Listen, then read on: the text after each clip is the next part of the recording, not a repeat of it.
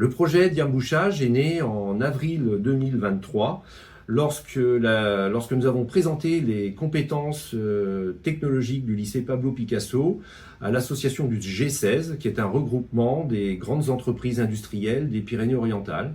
Diambouchage nous a demandé de travailler sur un projet d'équipement de test d'imbibition des bouchons pour son laboratoire qualité. Mon rôle a été d'identifier l'équipe pédagogique, de la réunir et puis d'organiser une rencontre chez Diambouchage afin qu'on puisse mesurer l'intérêt pédagogique du projet, de bien comprendre le besoin et puis d'analyser la faisabilité avec toute l'équipe pédagogique. La formation est importante, donc on pense qu'échanger avec des élèves et des professeurs, c'est un très bon échange.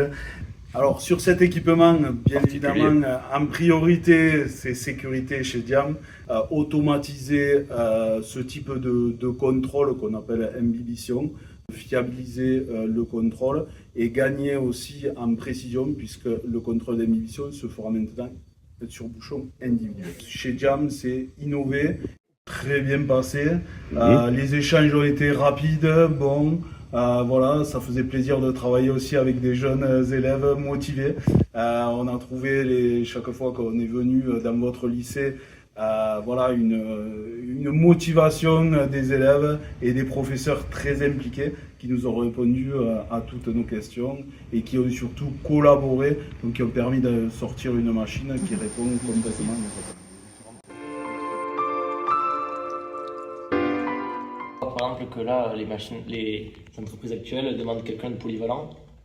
C'est pour ça que nous on est formés, donc on a fait notre partie, mais on est formés pour apprendre un peu sur toutes les parties. Donc la partie par exemple hydraulique, la partie pneumatique. L'armoire électrique, du dessin 3D, du dimensionnement d'actionnaires. Le côté conception, mais aussi le côté maintenance venant des usines. Moi, du coup, ça m'a permis de découvrir SolidWorks. Apprendre les automatismes et les actionneurs. Apprendre à programmer des automates en interaction avec d'autres choses. Pour tester les bouchons qui sortent de production, ils en prennent un lot de 10. Les pèsent à sec comme dessiné ici. Les font chauffer dans de l'eau à 90 ou 100 degrés en fonction du bouchon. Puis ils les repèsent à l'humide. Sauf que la dame faisait ça manuellement au lieu des 10 bouchons par 10 bouchons. Ce qui n'est pas vraiment pratique, je préfère une façon automatique et plus précise vu qu'elle est pesée 10 par 10, c'était une valeur moyenne on va dire.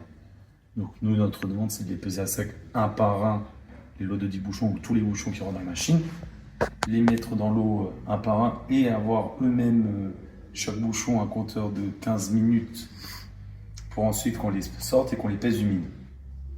Car de toute façon, c'est pour savoir si telle production n'a pas eu de souci avec le bouchon.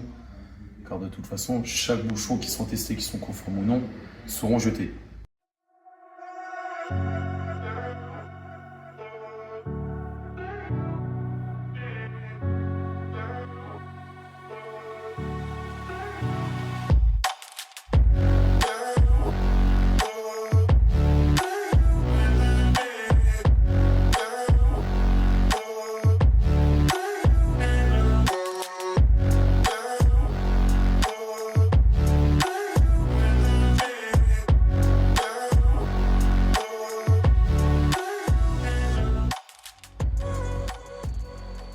Alors, notre contrainte principale est une contrainte temporelle, puisque nous avons 1 an pour réaliser le projet et que, quoi qu'il advienne, le projet doit être finalisé et opérationnel pour le mois de juin, c'est la date des examens.